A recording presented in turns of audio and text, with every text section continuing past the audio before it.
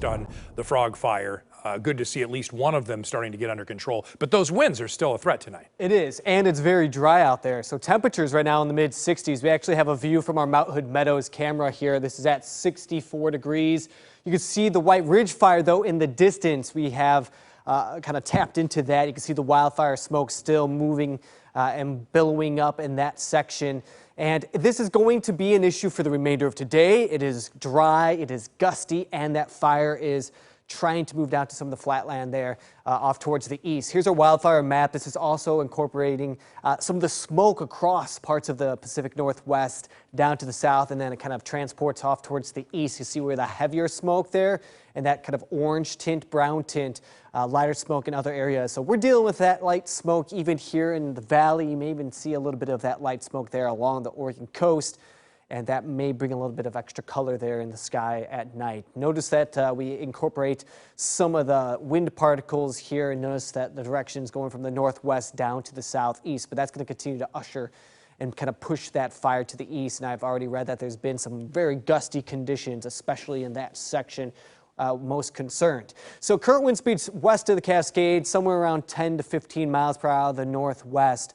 Again, though, it does increase there in this section right here where the fires are strong and the wildfire smoke has definitely been a bit heavier. So we do have that fire weather warning, that red flag warning until tonight. I expect that to continue. We'll see if they start up something new for Sunday and early for the week. We don't have any rain in sight, at least for now, but we'll watch come Monday morning. But it might just mean some gustier conditions again for Central Oregon and really not much moisture. Here's actually Monday morning. You can see at 7:30 there where there's that little bit of moisture, and then it dries up very quick, and I think we do not see any rain after that point. So it's really just going to be that scenario early Monday morning before we kind of dry on out. We get to Wednesday, Thursday, and into Friday, and it's nothing but sunshine again and more ongoing dry conditions to kind of wrap up late August and heading into early September there.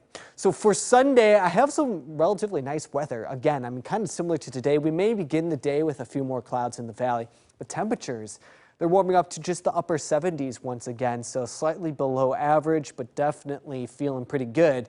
The gorge about the same, the coast mid-60s there, and then again, we have to watch out for that smoke in central and eastern Oregon, dealing with some air quality problems too, so keep that in mind. You're probably familiar with it at this point in time. Weather pattern here is going to show some warmer air on the way, so we're not giving up on summer just yet. In fact, we still have some time. It's September 22nd when we kind of wrap up summer, but we're getting close to September here. Notice, though, all this red and orange kind of takes over the whole west coast by the time we get into Tuesday, Wednesday, and Thursday.